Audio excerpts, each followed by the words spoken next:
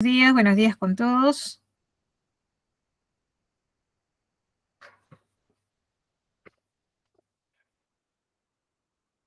Voy a presentarles el PPT de esta semana. Buenos días, buenos días.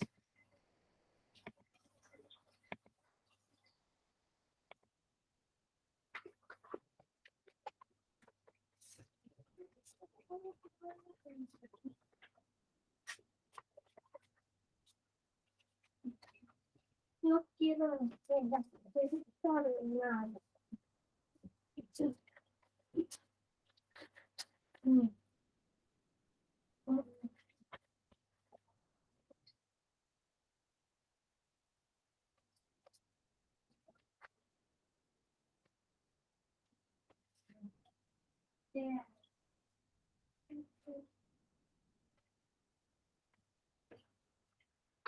Muy bien, chicos, comenzamos la clase de esta semana que corresponde al desarrollo del capítulo número 9 del libro de la PRE, Sistema nervioso y órganos de los sentidos.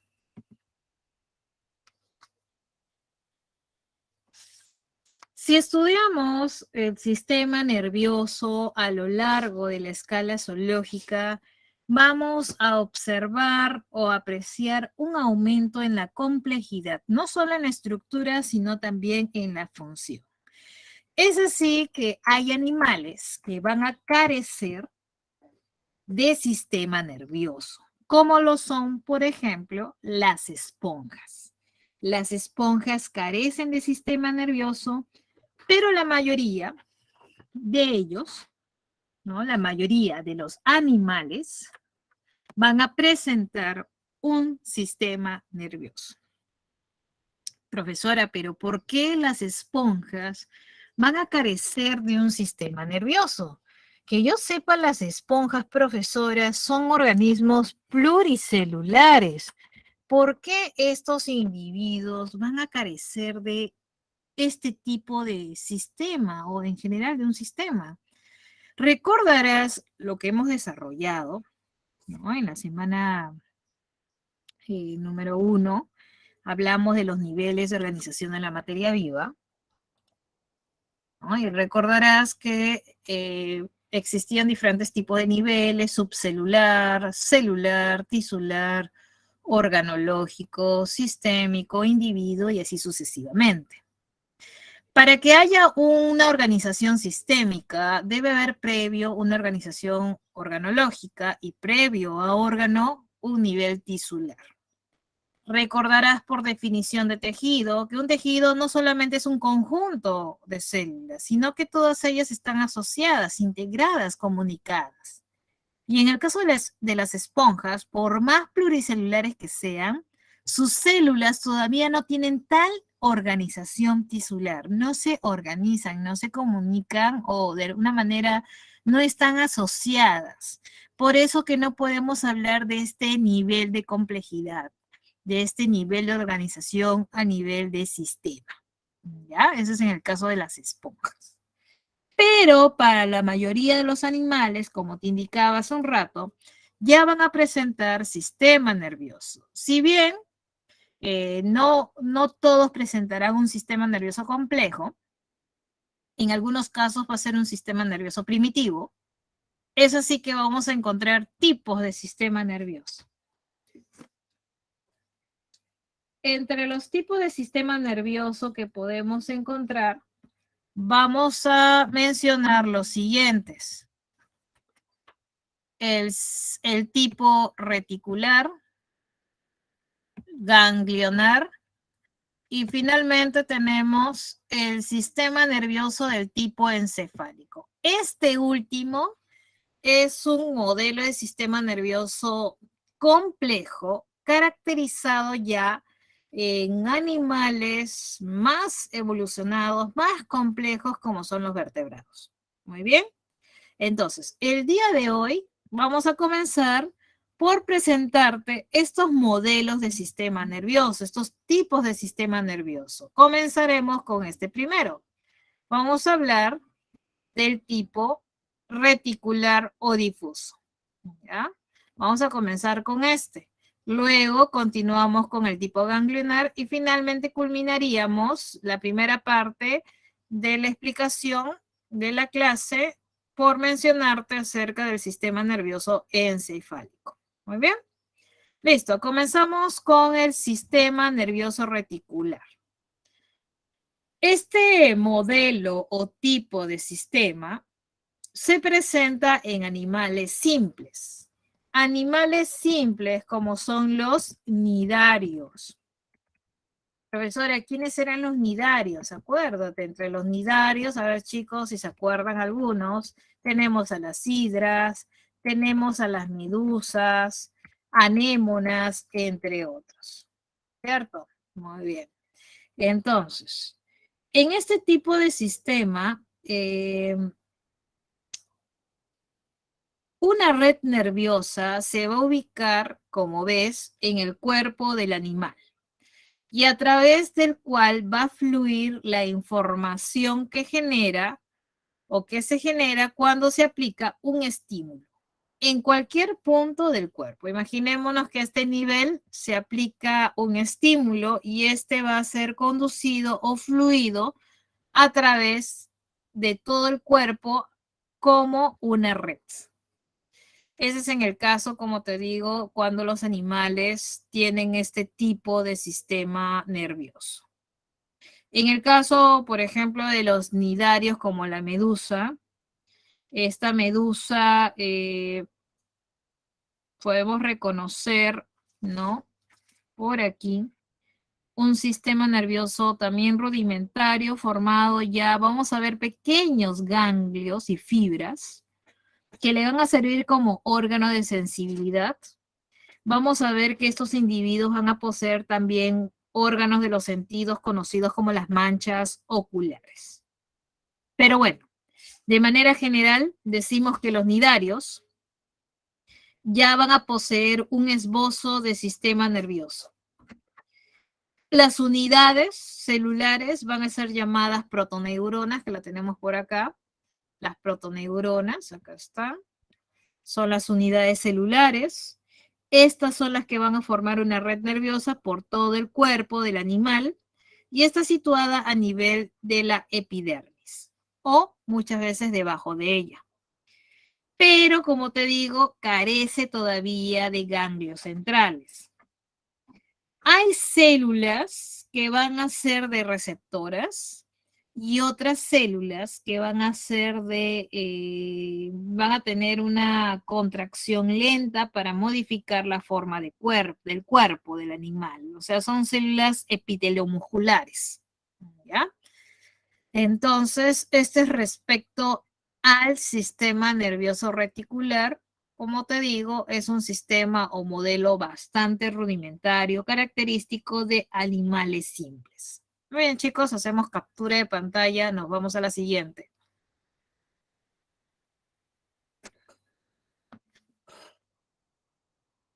Muy bien. Nos vamos a la siguiente diapositiva y vamos a continuar la explicación ahora con el sistema ganglionar. ¿Listo?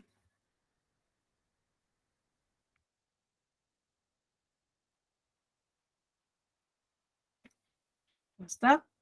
Acá tenemos el modelo ganglionar. En este modelo, ¿no?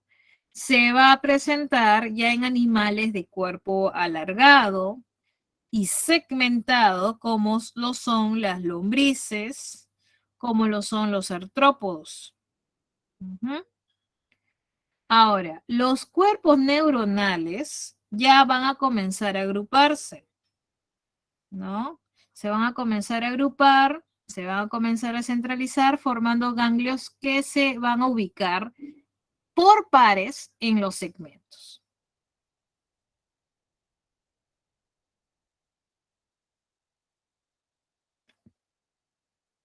Estos ganglios, como estamos viendo por acá, se van a comenzar a comunicar entre sí, se comunican entre sí por axones. Y hacia el extremo cefálico estamos viendo ya la presencia, pues, en algunos casos de un cerebro primitivo. ¿Ya? Entonces,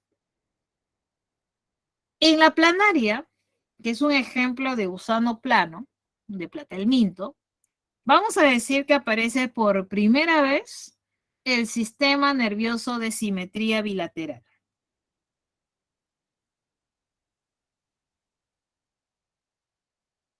En este individuo ya vamos a notar la presencia de dos ganglios nerviosos anteriores, que emiten prolongaciones en la región cefálica, como lo estás viendo, y vamos a ver dos cordones nerviosos que se van a dirigir hacia atrás de estos últimos, ¿no? Vas a ver que salen ramas laterales, si lo estás viendo, para que puedan llegar a las diferentes partes del cuerpo de este animalito. ¿Listo?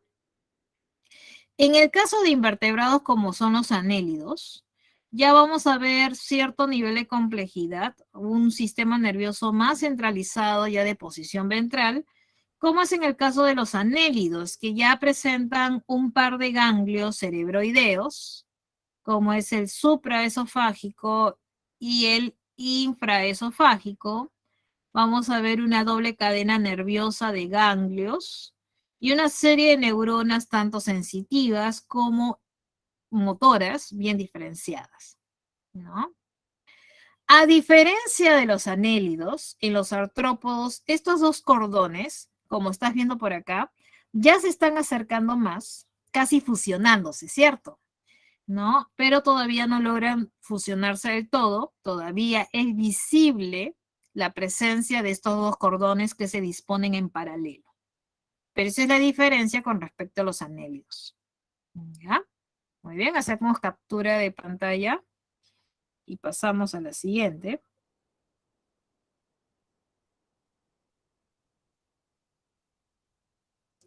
Muy bien.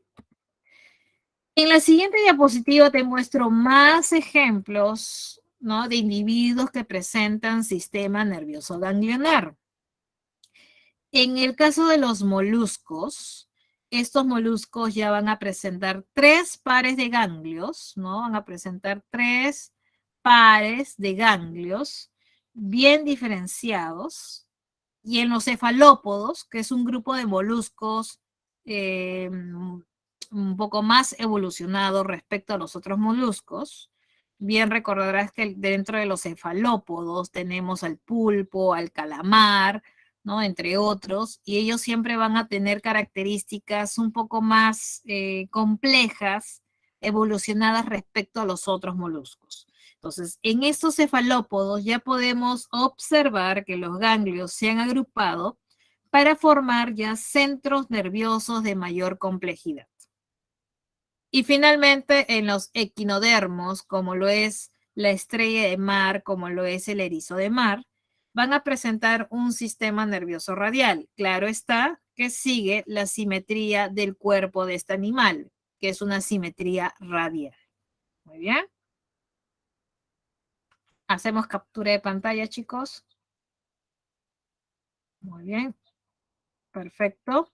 Finalmente, tenemos el último modelo o tipo de sistema nervioso. ¿Te acuerdas que eran 3 modelos? Era el reticular, ganglionar y este último es el modelo o tipo encefálico. Como te dije hace un rato, este modelo es característico, ¿no? Ya de individuos complejos como son los vertebrados.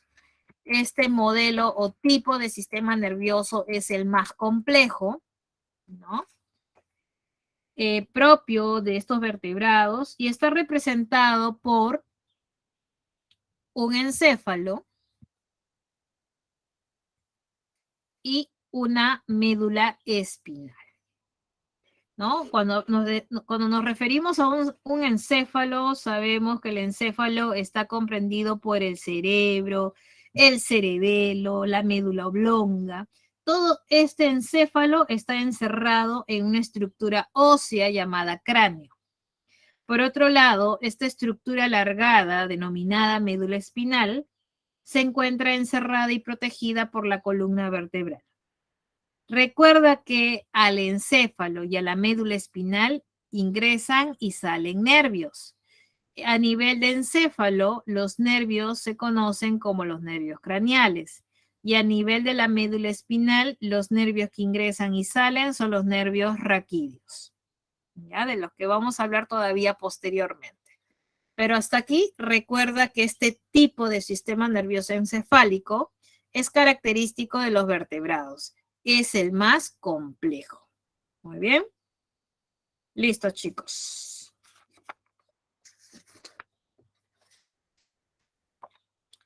Muy bien.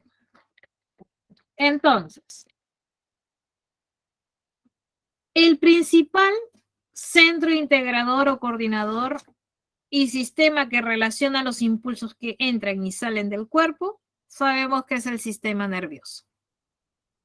Los rasgos más característicos de un tejido nervioso, recordarás, es la irritabilidad, que es la cualidad inherente de todo protoplasma de reaccionar frente a estímulos, y por otro lado, la conductividad, que es la capacidad de transmitir la energía liberada por un estímulo de un lugar a otro.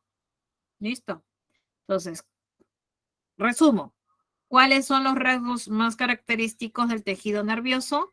La irritabilidad y la conductividad.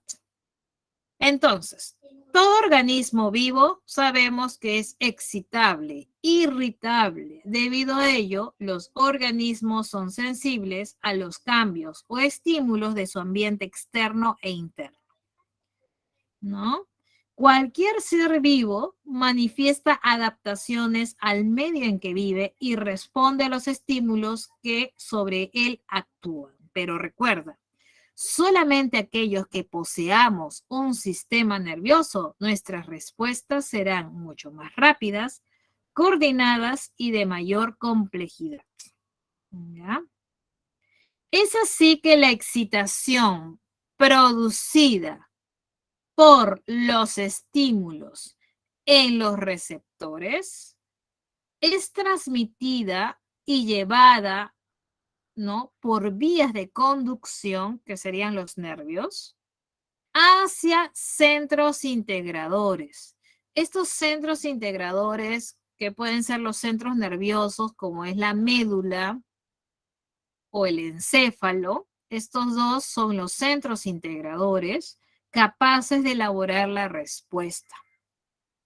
Cuando la respuesta es elaborada, esta sale nuevamente a través de vías de conducción, que son nervios, y se dirigen hacia el órgano encargado de materializar esta respuesta. Este órgano es el órgano efector, ¿no? Este órgano puede ser generalmente un músculo o una glándula. Muy bien. Y la estructura que se encarga de materializar esta respuesta son ellos, los órganos efectores. Muy bien.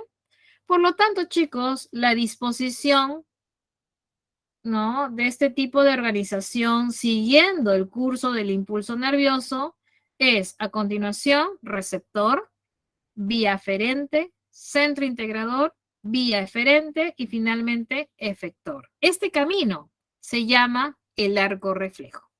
Y eso es lo que vamos a ver a continuación. Recordando que el estímulo es cualquier cambio físico-químico que se produce en el medio externo o interno de una célula. Y la respuesta es la acción variada que se produce como reacción a un estímulo.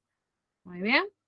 Entonces, vamos a ver a continuación en la siguiente diapositiva, chicos. Hacemos captura. En la siguiente diapositiva vamos a ver este camino que te contaba, el camino del impulso nervioso. Nuevamente voy a hablar de la secuencia, no te preocupes.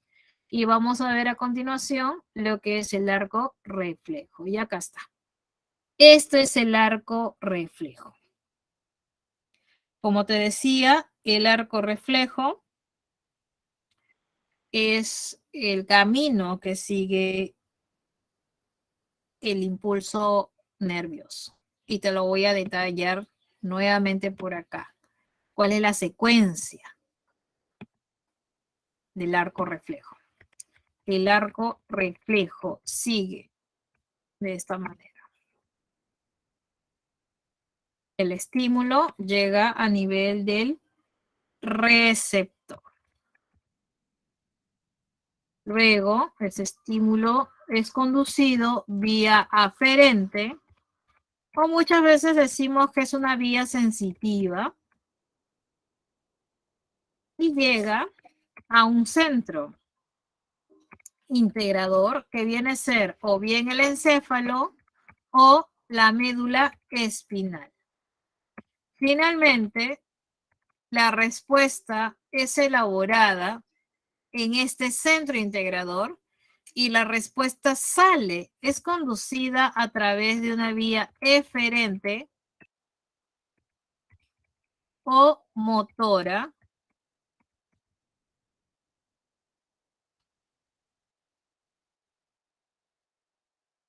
para ser materializada en el órgano efector.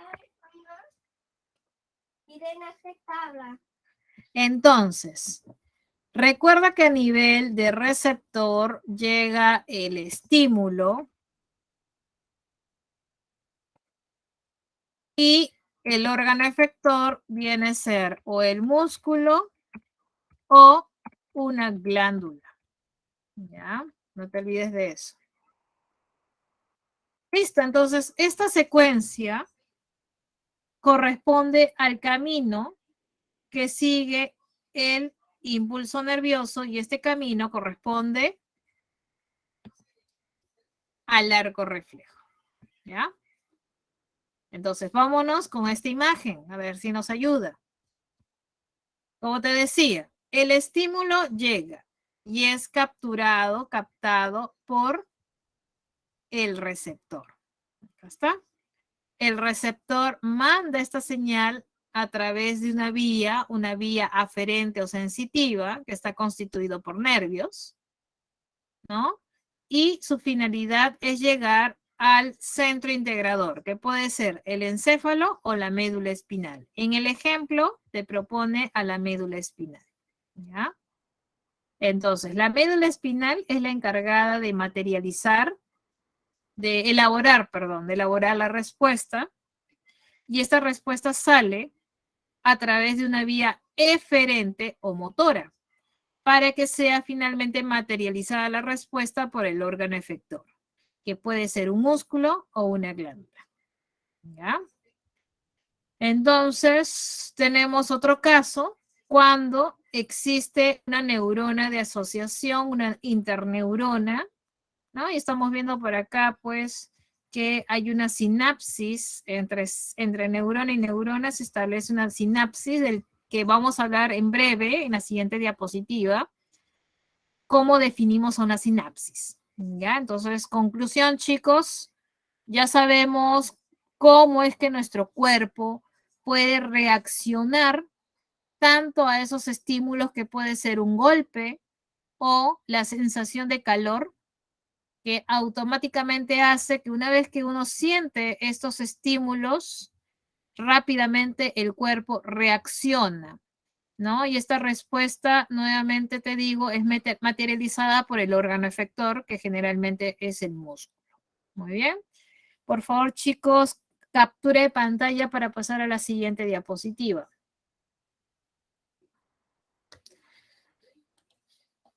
No te olvides, si hay alguna duda, consulta, por favor, indícamelo a través del chat. ¿Ya? Yo supongo que hasta aquí todo está clarísimo, ¿verdad, chicos? ¿Todo claro? ¿No hay dudas? Muy bien, entonces pasamos a la siguiente diapositiva.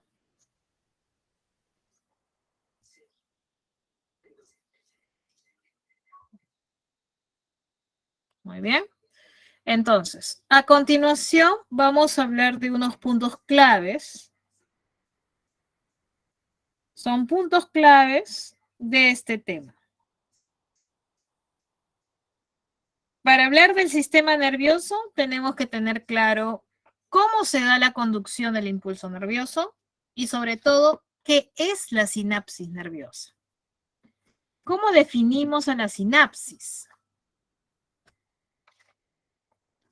Recuerda que la sinapsis se puede establecer entre dos neuronas o también se puede establecer entre una neurona y una célula efectora. En este caso, en esta gráfica, te presenta la sinapsis que se establece entre dos neuronas. Tenemos por acá a la neurona presináptica y a la neurona postsináptica. ¿Ya? Y como te das cuenta, siempre vamos a encontrar que hay un delicado contacto entre ambas neuronas que permite el paso de los impulsos nerviosos en una sola dirección. Muy bien. Entonces podemos decir que en la sinapsis no hay continuidad,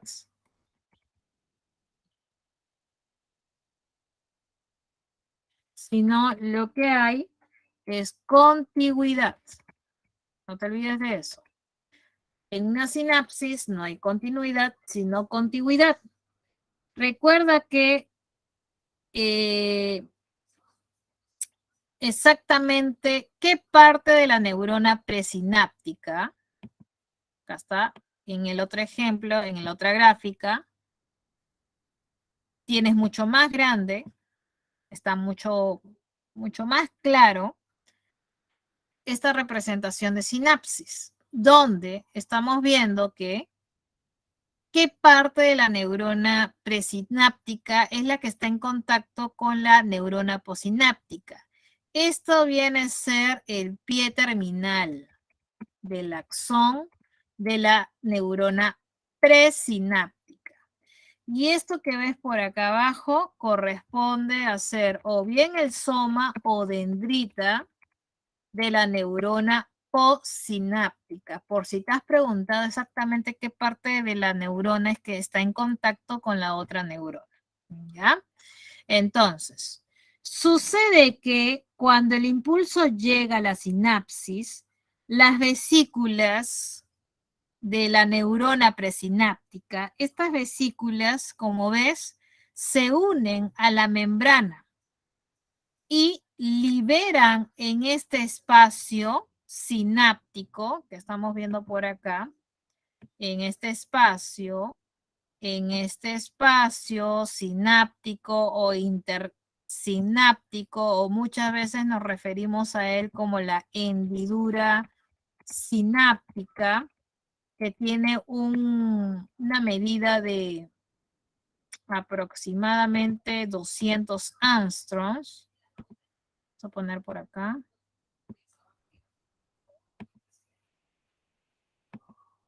Vamos a poner por acá, es de 200 angstroms aproximadamente, este espacio que encontramos y donde allí se libera el neurotransmisor. Los receptores reaccionan con este neurotransmisor. Y obviamente son los receptores que se encuentran acá en la neurona posináptica. La estás viendo, ¿verdad? En esa neurona posináptica encontramos receptores que van a interactuar, van a reaccionar con el neurotransmisor y pues entonces inician el impulso siguiente a través de la membrana posináptica. De esta manera se da lo que es la sinapsis nerviosa entre dos neuronas. Una de ellas llamada presináptica y la segunda la postsináptica. Nuevamente, en una sinapsis no hay continuidad, sino contigüidad. ¿Debido a qué? Debido a que hay un espacio de unos 200 Armstrong llamado hendidura sináptica o espacio sináptico con una medida de 200 Armstrongs. ¿Listo, chicos? Hasta ahí imagino que está todo claro. Muy bien, entonces hasta acá te he explicado cómo se da la transmisión del impulso entre neurona y neurona. Pero una vez que llega a la neurona, ¿cómo es que el impulso es transmitido a través de la neurona? Antes de llegar a la segunda, ¿verdad? ¿Cómo se transmite el impulso a través del axón? Entonces, para poder comprender esto, vámonos a lo siguiente, ¿no? Un recordatorio. Recuerda que el impulso nervioso se mueve a lo largo de las fibras nerviosas a una velocidad constante. Y esta conducción del impulso va a tener una base iónica. Y el cambio de la permeabilidad de la membrana del axón a los iones sodio y potasio va a generar una variación de potencial de acción. Es así que la fibra nerviosa en reposo decimos que está polarizada. Externamente va a ser positiva e internamente va a ser negativa. Y cuando pasa el impulso, como estás viendo por acá, llega el estímulo y luego pasa el impulso, a medida que pasa el impulso, te das cuenta que hay una neutralización de cargas, una con la otra, o sea, la fibra se despolariza a medida que pasa el impulso. Pero no te preocupes, después de un tiempo, este pedazo se vuelve a repolarizar, pero a medida que pasa el impulso, se va despolarizando, pero luego se va repolarizando, o sea, vuelve a su normalidad. Muy bien. Profesora, entonces, a medida que pasa el impulso, las cargas se neutralizan, se despolarizan. ¿Quiere decir que cuando la fibra se encuentra así, despolarizada, puede venir y pasar otro impulso? No. Tiene que volver a su normalidad, tiene que repolarizarse para que venga otro impulso y pase por la fibra. Es así que decimos que el tiempo que demora entre que la fibra despolarizada no puede transmitir otros impulsos hasta que se vuelve a repolarizar, este tiempito, este periodo se conoce como el periodo refractario. Como te digo, ese periodo es durante el cual la fibra está despolarizada y no puede transmitir otros impulsos. Profesor, ¿y cuánto toma eso? ¿Cuánto es la duración? Se dice que el periodo refractario dura aproximadamente entre 0.001 segundos, máximo 0.005 segundos. Ese es el tiempo que demora, ¿no? O que se toma, ¿no? O el tiempo donde la fibra se encuentra despolarizada y no puede pasar otros impulsos hasta que se vuelva a repolarizar. ¿Listo? Entonces, a todo esto, chicos, te voy a hacer una representación rápida. Espero que se entienda mi dibujito, ¿no? Vamos a dibujar una neurona, ¿no? Tienes una neurona por acá. Acá está. Listo. Y en la semana número 4 dijimos que a nivel del axón vamos a encontrar estas vainas de mielina, ¿te acuerdas? Muy bien. Entonces te hago la siguiente pregunta. ¿Cómo se llama las zonas del axón que estaban desprovistas de mielina? Estas zonas de acá. ¿Cómo se llamaban? ¿Te acuerdas?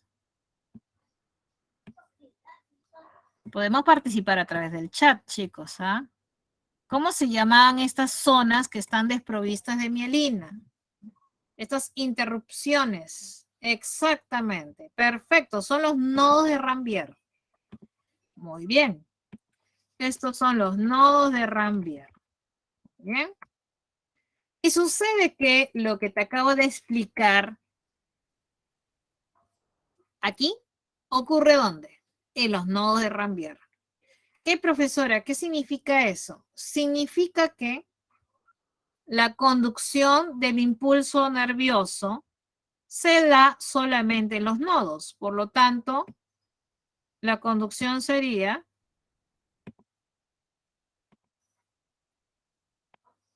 así, así, así, una conducción saltatoria.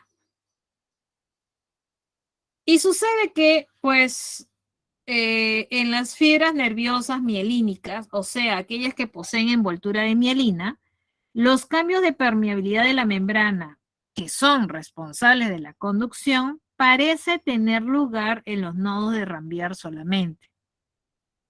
Este tipo de conducción de brincar, de nodo a nodo, se llama conducción saltatoria. Profesores, ¿y eso qué ventaja nos trae? Mucha ventaja. ¿Por qué? Porque la fibra nerviosa, al estar mielinizada, y por lo tanto se puede dar la conducción saltatoria, va a conducir con mayor velocidad los impulsos nerviosos. Es así que imagínate, en la langosta, la velocidad de conducción podría ser de 6 a 12 metros por segundo. Imagínate, en la langosta, en la rana podría ser de 28 a 30 metros por segundo.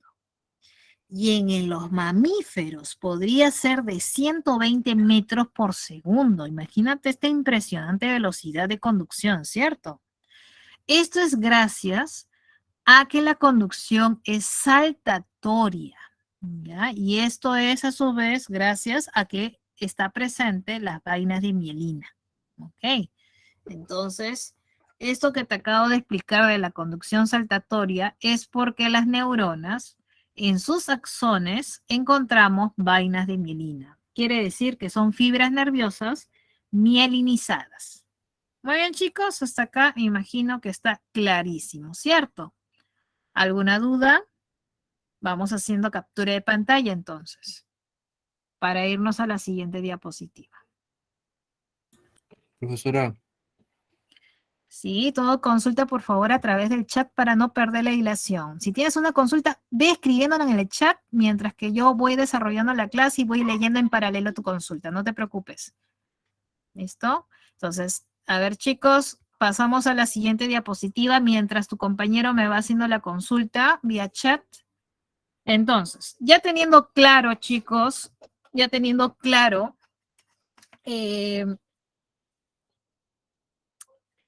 los conceptos básicos del tejido nervioso, ahora vamos a hablar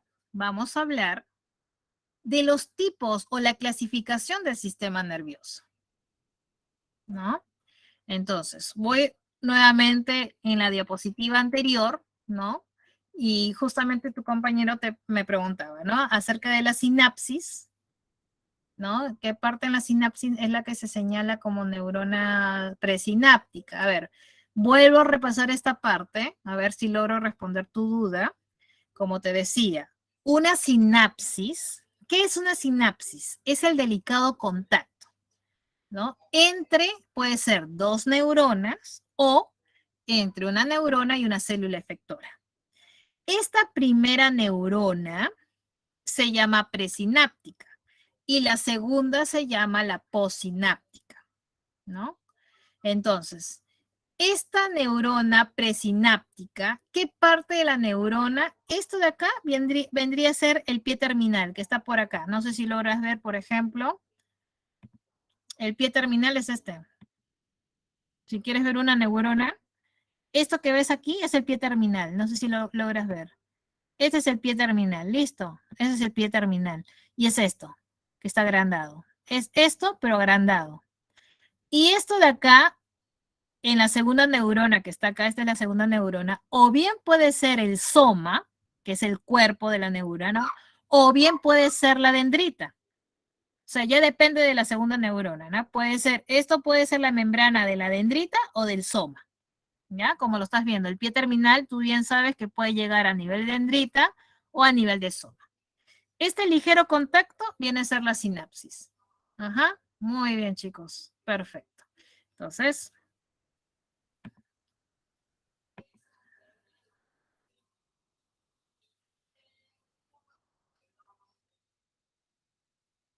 recuerda que en el impulso nervioso, te decía, ¿no?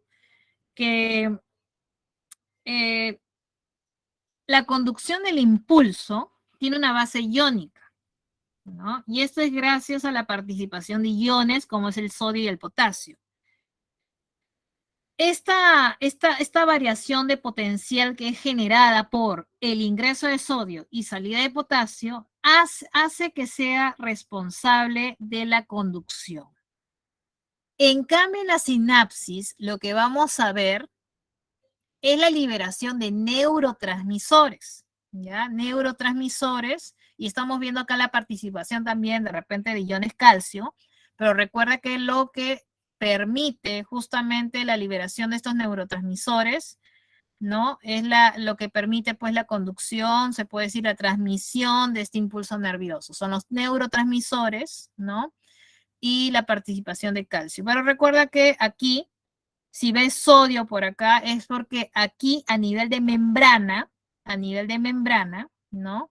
A nivel de membrana, recuerda que, como te decía, esto de acá puede ocurrir o bien a nivel de los nodos de Rambier o a nivel de la membrana del soma.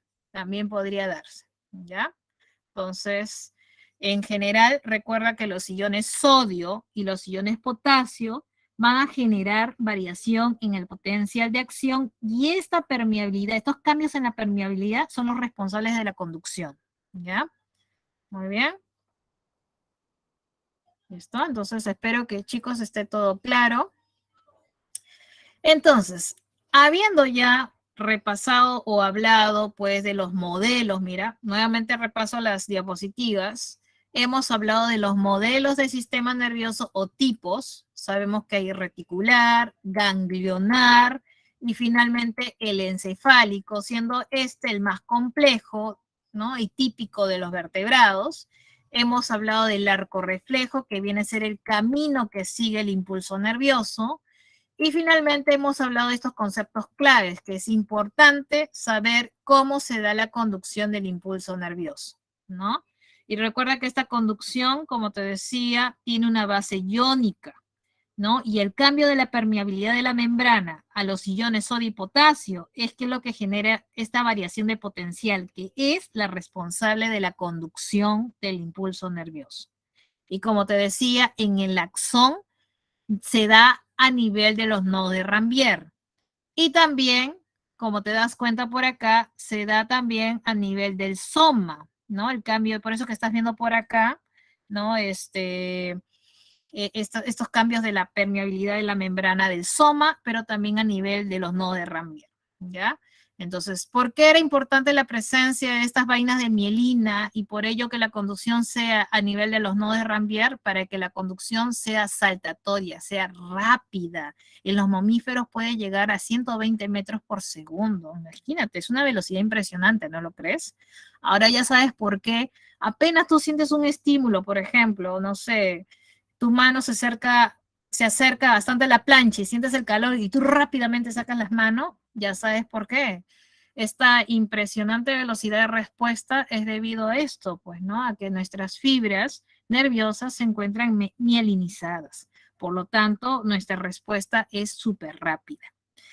Es así que teniendo claro ya estos conceptos básicos, ahora sí, nos vamos a la parte del sistema nervioso humano. Recuerda que nuestro sistema nervioso, ¿no? Nuestro sistema nervioso tiene un origen embrionario. ¿Cuál es el origen embrionario de nuestro sistema nervioso? ¿Te acuerdas? Era del ectodermo, endodermo. ¿De dónde era? ¿Cuál es el origen embrionario? Es el ectodermo. Y nuestro sistema nervioso va a ser único, hueco y de posición dorsal respecto al tubo digestivo. Ahora, este sistema nervioso lo vamos a dividir, ¿no? Acá tenemos en un sistema nervioso, a ver, central y un sistema nervioso periférico, ¿ya? De esta manera se clasifica. Profesora, ¿y el sistema nervioso central a su vez está conformado por el encéfalo y la médula espinal? Y el sistema nervioso periférico está conformado por todo esto, por los nervios craneales, los nervios raquídeos y también formando parte del sistema nervioso periférico tenemos al sistema nervioso autónomo o vegetativo, o sea, el simpático y el parasimpático. Vamos a ver a continuación en las siguientes diapositivas, vamos a hablar de cada tipo de sistema nervioso. Antes, vamos a hablar de la embriología del sistema nervioso. Tú sabes que a partir del ectodermo, que es el tejido embrionario por el cual se forma el sistema nervioso, a partir del ectodermo se forma el tubo neural. Y a partir del tubo neural se forman vesículas primarias. Y acá están. Estas son las vesículas primarias. El prosencéfalo, el mesencéfalo y finalmente el robencéfalo. Y luego, a partir de estas vesículas primarias, se formarán las vesículas secundarias. Quiere decir que del prosencéfalo dará lugar al telencéfalo y al diencéfalo. A partir del mesencéfalo se mantiene, tenemos el mesencéfalo. Del robencéfalo dará lugar al metencéfalo y al mielencéfalo. A su vez, del telencéfalo dará lugar a los hemisferios cerebrales, del diencéfalo dará lugar al tálamo y al hipotálamo, del mesencéfalo se mantiene el mesencéfalo y finalmente del metencéfalo dará lugar al puente Barolio, al cerebelo y a partir del mielencéfalo el bulbo raquídeo. Chicos, esto hay que repasar, ¿ya? Puede ser pregunta de examen, por favor repasa. A ver. Haz captura de pantalla y en una siguiente diapositiva vamos a ver si puedo ampliarte este esquema para que le hagas captura. ¿Ya? Haz captura. Cierro y voy a ampliar este esquema a ver si te ayuda para que le hagas captura para que lo puedas repasar. Muy bien. Ahí imagino que lo ves mucho más grande. ¿Cierto? Haz captura para que lo puedas repasar en casa. Muy bien.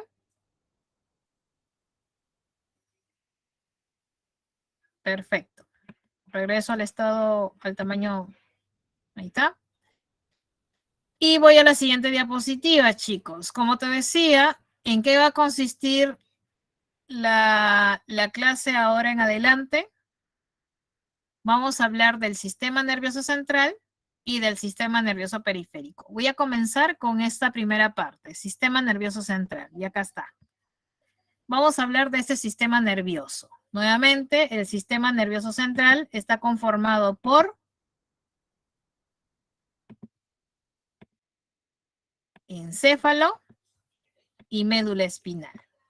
¿Ya? Recuerda que el encéfalo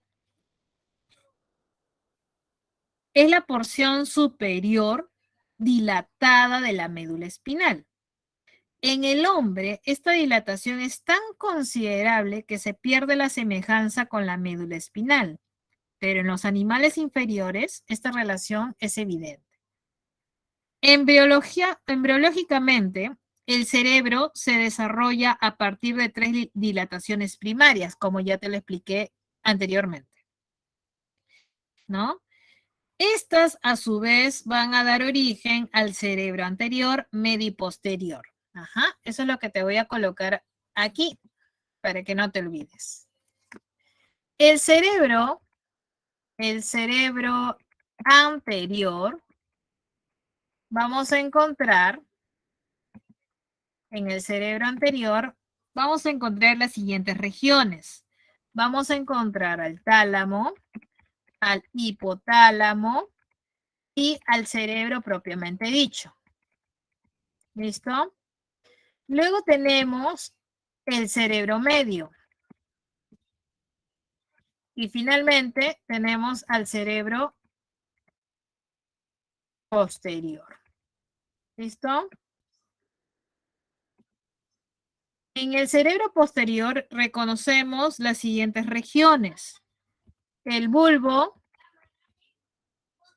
la protuberancia y finalmente tenemos al cerebelo. Por lo tanto, en nuestra clase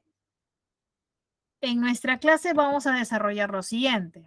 Vamos a desarrollar las regiones del cerebro anterior y vamos a desarrollar las regiones del cerebro posterior. O sea, estas 6 regiones, tálamo, hipotálamo, cerebro, bulbo, protuberancia y cerebelo. A continuación, vamos a hablar de cada una de ellas y sus respectivas funciones. ¿Ya? Estamos viendo por acá, por ejemplo, si logras ver, acá tenemos al cerebro anterior, ¿no? Estamos viendo, por ejemplo, el cerebro. Por acá estamos viendo al hipotálamo, por acá al tálamo, y por acá en la parte posterior, si logras visualizar, tenemos al cerebelo, tenemos al bulbo y tenemos a la protuberancia, ¿no? Estas regiones forman parte del cerebro posterior y por acá adelante al cerebro anterior, ¿ya? Entonces vamos a hablar básicamente de esas 6 regiones principales. Muy bien, chicos, ¿estamos preparados? Hacemos captura y vámonos a la siguiente diapositiva.